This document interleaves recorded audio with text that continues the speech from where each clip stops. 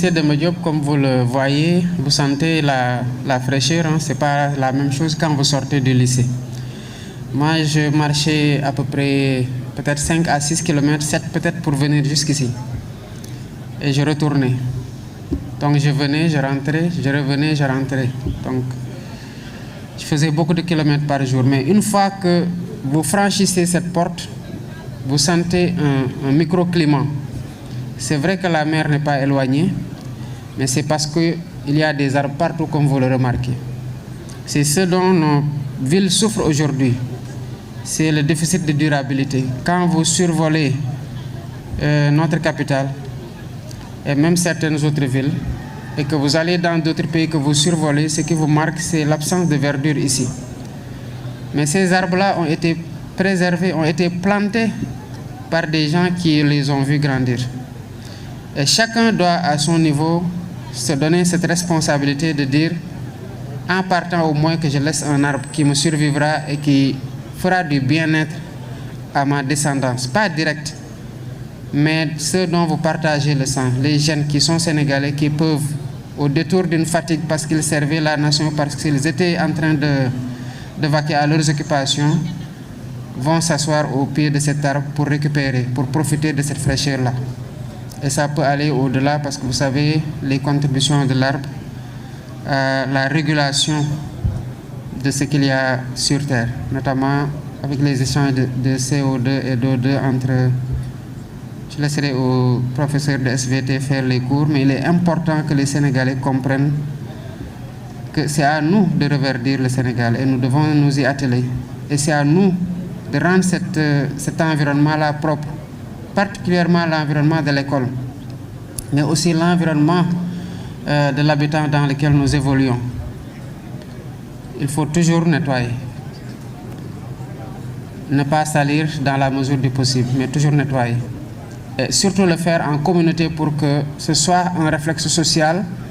de condamner ceux qui salissent par une réprobation pédagogique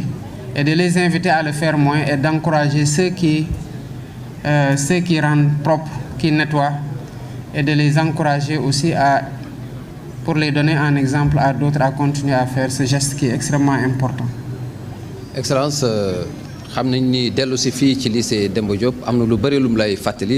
bu weesoo retrouvailles yooyu ak souvenirs yooyu ban jàngat ban message nga bëgg a livrer képp koo xam ni am na wareef bu dox digganteem ak école bi nga xam ni jàngee na fa.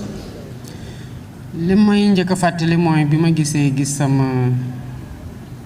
sama jabar yu ñaaw yooyu ma nekkoon seen kër sama kër tante di fa jànge mu fàttali ma ne ñu bari ñu jàng tey ba doon dara tooguñu seen kër jàng ba seen jàng jeex ñu ci bari am na fu ñu jaar ku leen yoroon ku doon xañ sax souvent seen njaboot pour jox leen donc nañu tout le temps fàttaliku ci kër yooyu ñu jaar ak lu fa mën di xew nit fu mu nekk dina am lu la metti ak lu la neex mais ñuy jàpp toujours lu la fa neex ak sacrifice yu ñooñu def pour téye la fa même bu dee mbenn famille parce que valeur de solidarité boobu dafa bokk ci lu structurer la société sénégalaise ñu koy fàttaliku bu baax c'est important waaye gis naa fi tamit samay xarit ñoo xamante ne ñoo jàngandoo ñëpp laa xamee nag te ñëpp laa mën a jaar seen tur tamit donte nuyantuma ak ñoom wéet ak ñoom waxtaan ak ñoom nañ xam ne maa ngi leen di bëgg bu baax ndax sérieux laa leen xamee woon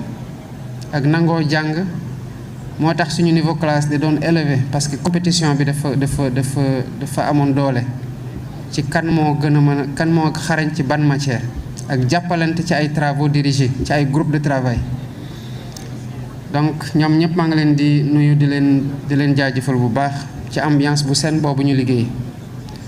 waaye ñëwaat fii gis fi ñoo xamante ne ñoo ma jàngal bëggloo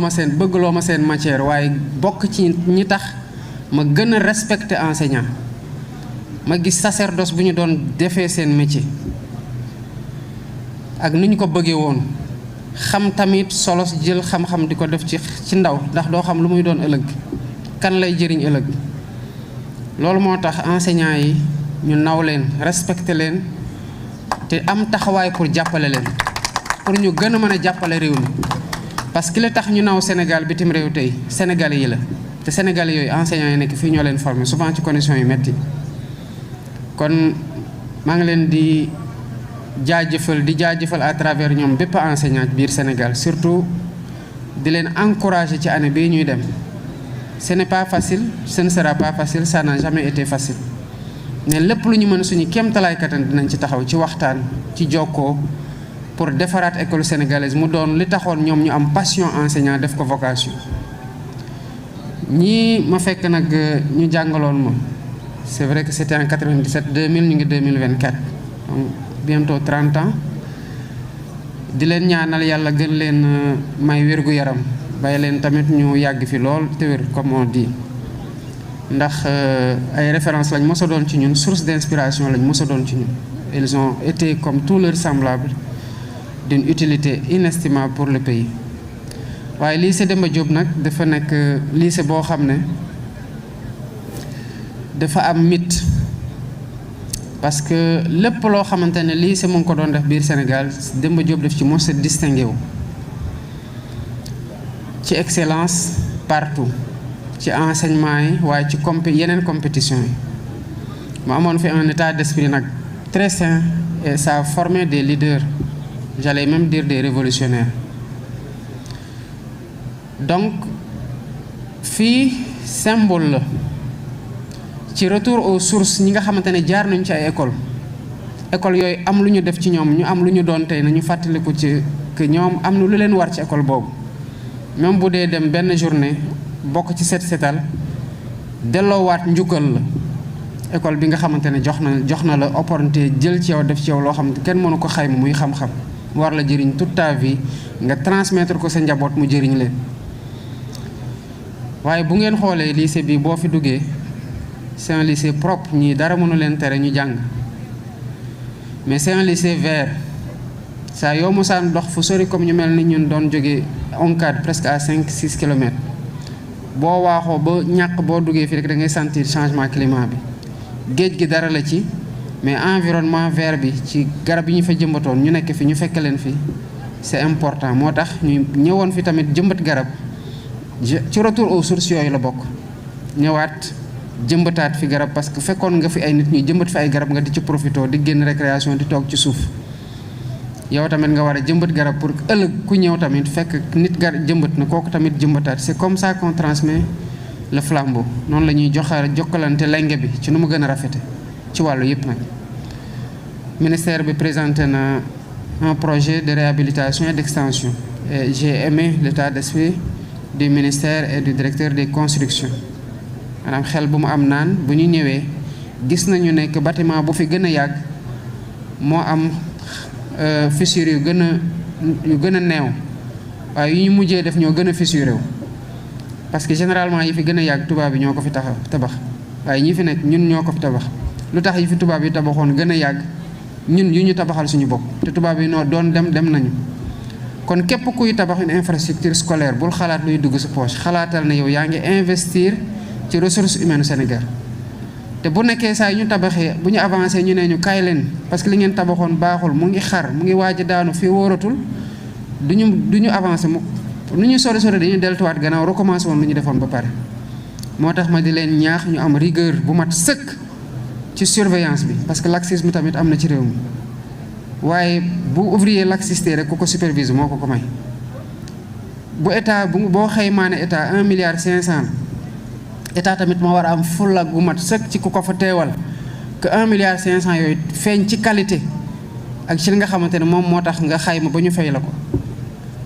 Ils doivent être particulièrement rigoureux et à travers ñoom ma ciy soññi ñëpp ñoo xamante ne ñoom ñooy bëtu état di nopp état di tamit gémmiñu état di loxo état war ko teewal waaye war ko bañal loo xamante ne loraange la ci ñun ñi fi nekk ak génération yi ñëw te loolu lu ñu war la te duñu mos a wàcc mukk donc alhamdulilah bi ma ñëwaatee ci jàmm fii fekk fi environnement bi mu fi fekk ba pare contribuer ci retour aux sources foofu c'est vrai que li ma bale bëriwul mais bale naa xëy na bu ñëpp defoon ni man dina gën a set jëmbatuma garab yu bëri waaye jëmbat naa benn wax naa proviseur bi nag ci loxoom laa ko bàyyi te dinaa fi jaaraat incha allah xool ndax arrosel na ma ko sàmmal na ma ko ba mu dund. kon loolu la ñu ñaax ñëpp ñu nekk biir Sénégal ci journée bi di delloowaat nag ci ñu bañ luñ ñuy wax sénégalais départ la am waaye amul arrivé lii dafa war a wéy am na dëkk yu koy def ba mu am génération bu ñëw xamul sax salte bay nettoyer parce que duñu tilimatili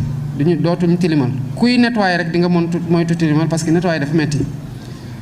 il faut que ñu def ko mu pérenne maanaam mu wéy ba ñiy ñëw fii 25 ans ñi juddu ren bi 25 ans bu ñu ko amee wala moins dootuñu gis sax salte boo xamante ne dañ koy muñ ci seen wet waxatuma nag ñuy salte et c'est important que ñu réussir le défi de cette pérennité là merci.